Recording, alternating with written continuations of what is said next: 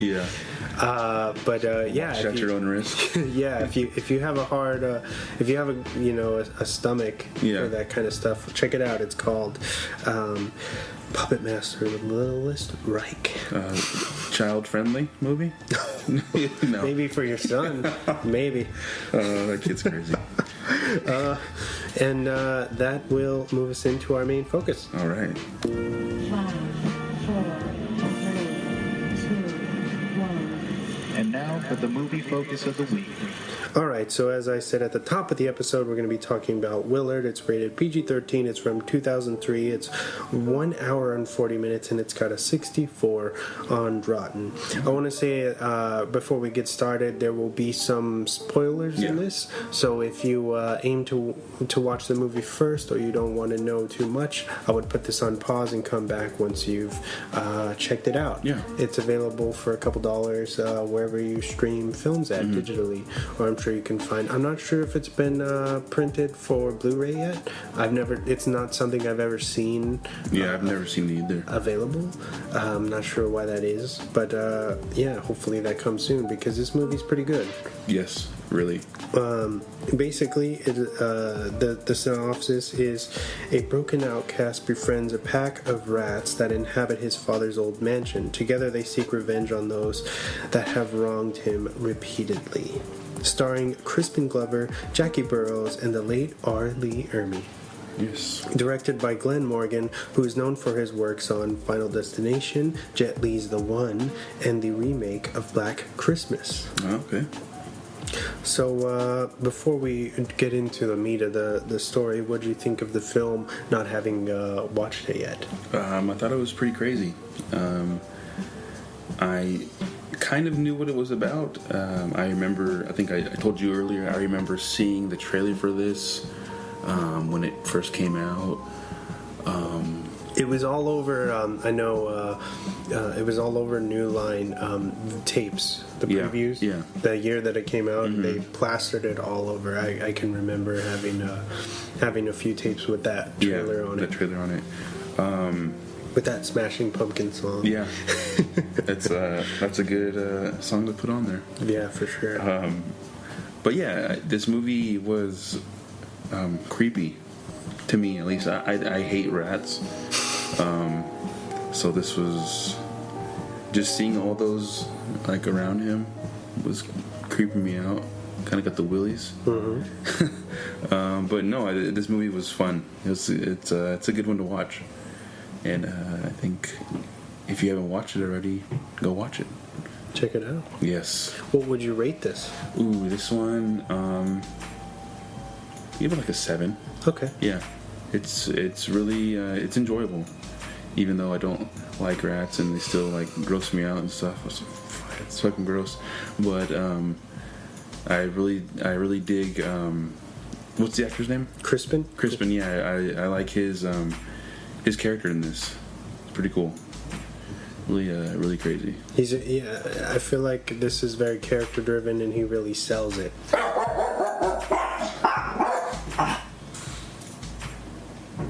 So yeah, I thought Crispin Glover did a wonderful job with this character. Yeah. And this whole film relies, as much as of course the rats are vital. Mm-hmm. If he couldn't sell this character to the audience, it wouldn't have been as good. Yeah. I mean, I think I remember the first time I saw him in anything was.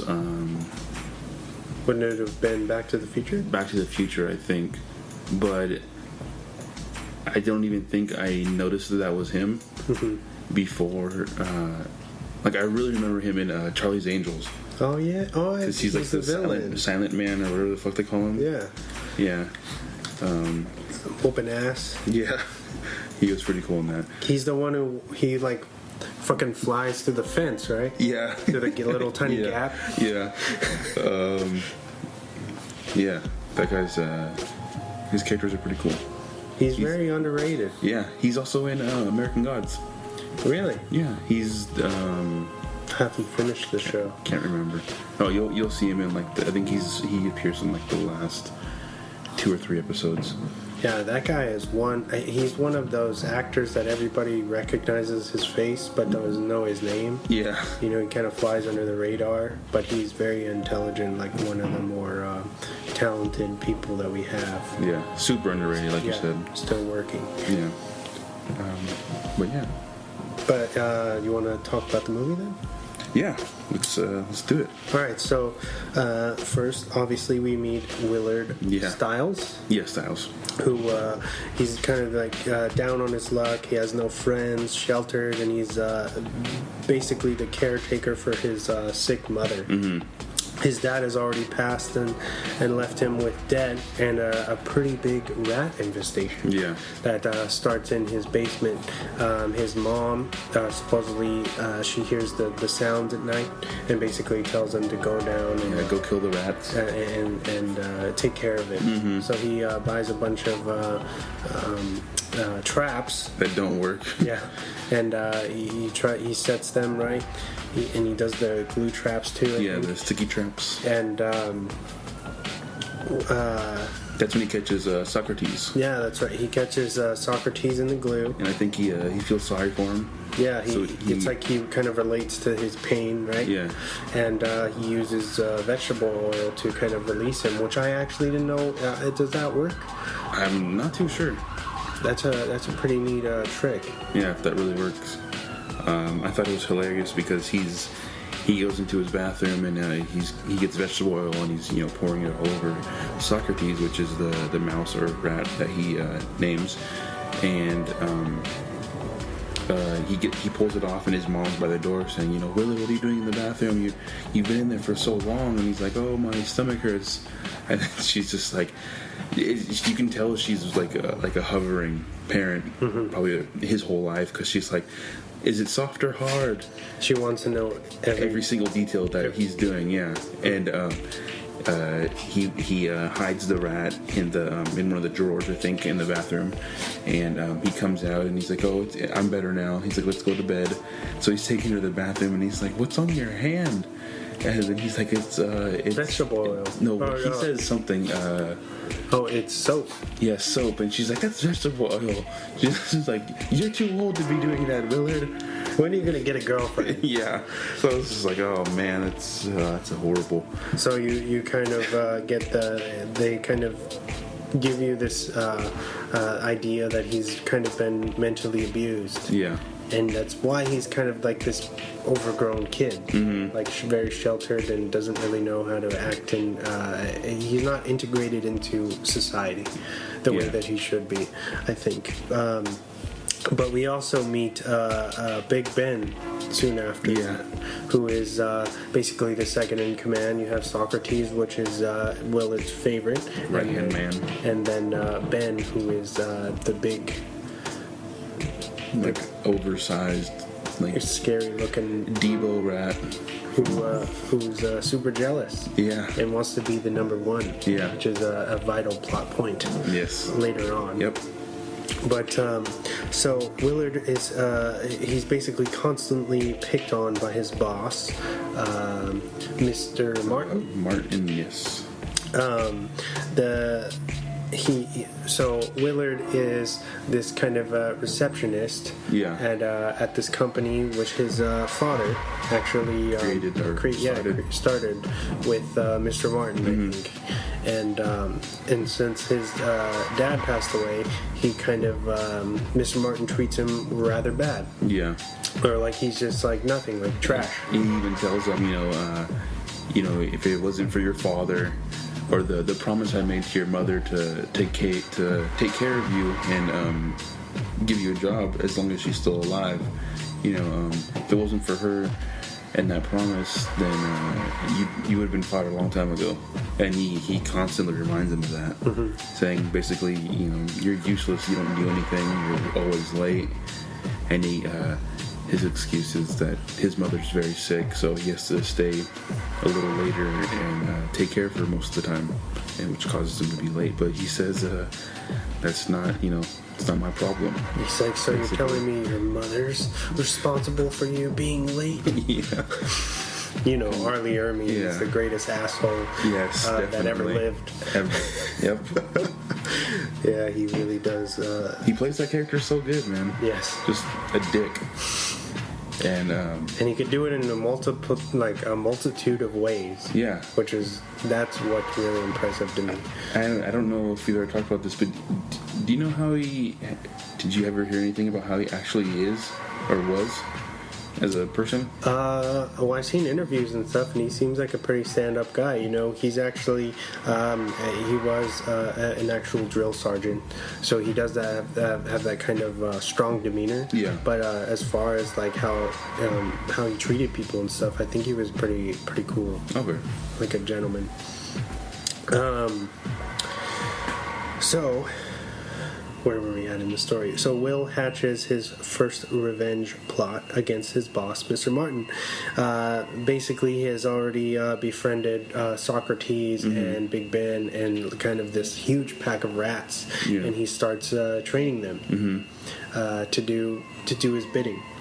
Basically, tear up stuff, pretty much. And he basically he sets up this plot to just demolish Mr. Martin's brand new car. What was it, like a BMW? It was a Mercedes. Oh, Mercedes-Benz. So he goes to his house and has the rats break into the garage, the parking garage, and chew down the tires until they deflate, all four of them. He makes his getaway. Ben sneaks into the bag, right? Yeah, because Ben wants to go along with him, but he's super like, big. You're too big. He's like, if you go, then no one else can. Shouldn't fit. Yeah. But he goes anyway, which is that first sign of rebellion, where he's like, "Fuck you, I do what I want." Yeah. Because he's Big Ben. But anyway, the first revenge plot is successful. They fuck up the car, and Mr. Martin is the next day you find out that he's forced to take the subway. Yeah. He says it's so funny too. It's like, today I had to take the subway. Like he feels like subhuman because he doesn't have his. And everyone else is like, okay, we do that every day. And he's like, I need a foot massage. It's like, fuck you. It's not part of my job. Willard's mother actually decides to right after the car she hears him speaking in the basement. Yeah. To the rats, saying like, you guys have to go. I don't have the money to feed you because they're on the verge of bankruptcy already, and the mother's outside the basement door listening, and she thinks that he's talking to himself about her, that he's basically going to get rid of her because he can't afford it. So she gets really upset and has this kind of fit and spits blood all over him.